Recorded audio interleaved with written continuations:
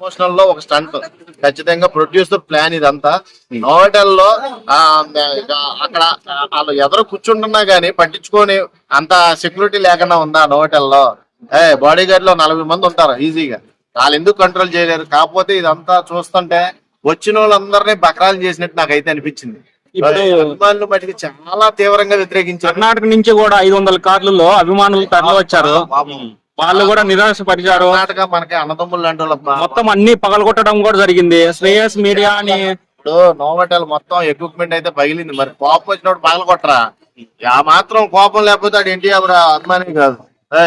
ఎన్టీఆర్ అభిమాని అంటే ఇంకా తక్కువే అక్కడ చేసిన రచ్చ, ఇంకా ఎక్కువ చేస్తే మొత్తం నోవటెల్ లో శ్రేయస్ మీడియా ఈ లోగోస్ ని కూడా చెప్పులతో కొడుతూ బూతులు తిట్టడం జరుగుతుంది. సో అంత పెద్ద ఆర్గనైజేషన్, అంత పెద్ద హీరోని అంత చిన్న అవుట్ పని ప్రోగ్రామ్ పెట్టినప్పుడు సక్సెస్ఫుల్ గా లాంచ్ చేస్తే ఎవడు ఏం గోల చేసేవాడు కాదు. నువ్వు లాంచ్ చేయలేదు కాబట్టి కోపం వస్తుంది. కోపం వచ్చినప్పుడు ఏదైనా అంటారు, అర్థమైందా? ఎక్కడో కన్నడ నుంచి అటు నుంచి ఇటు నుంచి మొత్తం దేశం నలుమూల నుంచి వచ్చినప్పుడు నీ పబ్లిక్ స్టంట్ అనేది హీరోకి తెలియకుండా జరిగి ఉంటది అనుకుంటున్నారా? హీరోకి తెలియదు, హీరో ఎందుకు తెలుస్తుంది? హీరోకి తెలియదు కానీ ఇది ప్రొడ్యూసర్లు చేసిన పని అనుకుంటున్నాను నేనైతే.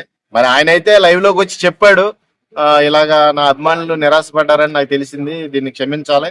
27 డైరెక్ట్ గా థియేటర్ లోకి వచ్చి మనం అందరం కూడా సెలబ్రేషన్ చేసుకుందాం, హిట్ తో మనం ఈ సెలబ్రేషన్ ని బాగా ఘనంగా చేసుకుందాం అని అయితే చెప్తాం జరిగింది ఆయన. అంటే యాక్చువల్ గా ఒకవేళ గారిని వీళ్ళందరినీ పిలవకుండానే ప్రీ రిలీజ్ ఈవెంట్ అనేది ప్లాన్ చేశారంటారా మీరు? ఎన్టీఆర్ గారికి నేను కూడా అదే అనుకున్నాను బస్సు.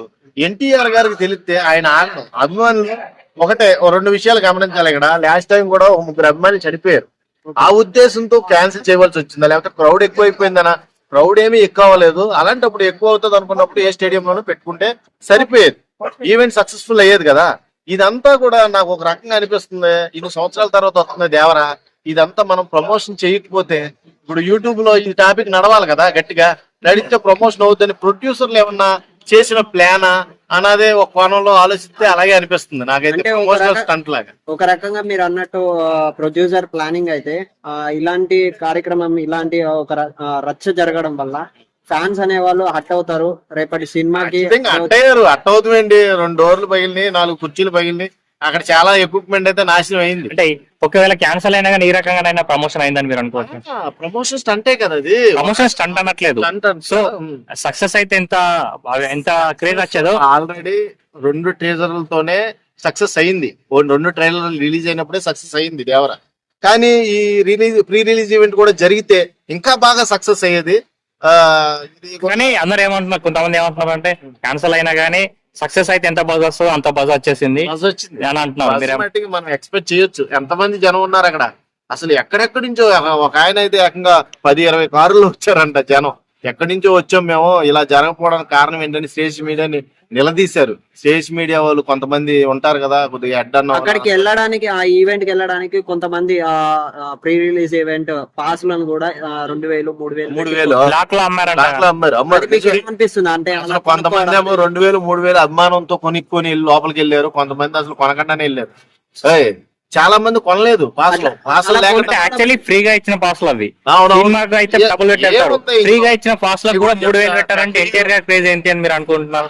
లేదు, ఇప్పుడు ఫ్రీగా వెళ్ళవలసిన పాసుల్ని అమ్ముకున్నారంటే అక్కడ ఉన్న హీరో లేదు. అక్కడ బయట కొంతమంది వ్యక్తులు అలా చేశారు, ఆయన తెలియదు. బయట కొంత తీసుకొని నార్మల్ పీపుల్ వెళ్ళి తీసుకొని అసలు అమ్ముకోవాల్సి వచ్చింది, అర్థమైందా? ఆయనకి ఎందుకు తెలుస్తుంది? ఫ్రీగా అందరూ అభిమానుల కోసం పెట్టిన పాసుల్ని ఎవడైనా అమ్ముకుంటాడా? కొంతమంది అమ్ముకున్నారు అంటున్నారు, మరి అది ఎంతవరకు నిజాలో నాకు తెలియదు. మేమైతే వెళ్ళినప్పుడు అయితే మామూలుగా అక్కడ గొడవలు చాలా దారుణంగా జరిగినాయి. అంటే ఇప్పుడు మీరు ప్రొడ్యూసర్ ప్లానింగ్ అంటున్నారు కదా, ఒకవేళ ఈ ప్రీ రిలీజ్ ఈవెంట్ క్యాన్సిల్ ఇది దాని మీద ఎఫెక్ట్ అయ్యే ఛాన్స్ ఉంటది అని చెప్పేసి అనుకోలేదా? ప్రొడ్యూసర్ కి ఏమి ఎఫెక్ట్ అవ్వదండి. ఎందుకు అవుతుంది? సినిమా ఇంకా హైప్ పెరుగుతుంది కానీ ఎఫెక్ట్ ఎందుకు అవుద్ది? ఎఫెక్ట్ అయ్యే ఛాన్సే లేదు. ఇంకా సినిమా మీద ఎప్పుడు వస్తుంది అని ఆకలిగా ఎదురు చూస్తాను. Okay, thank you.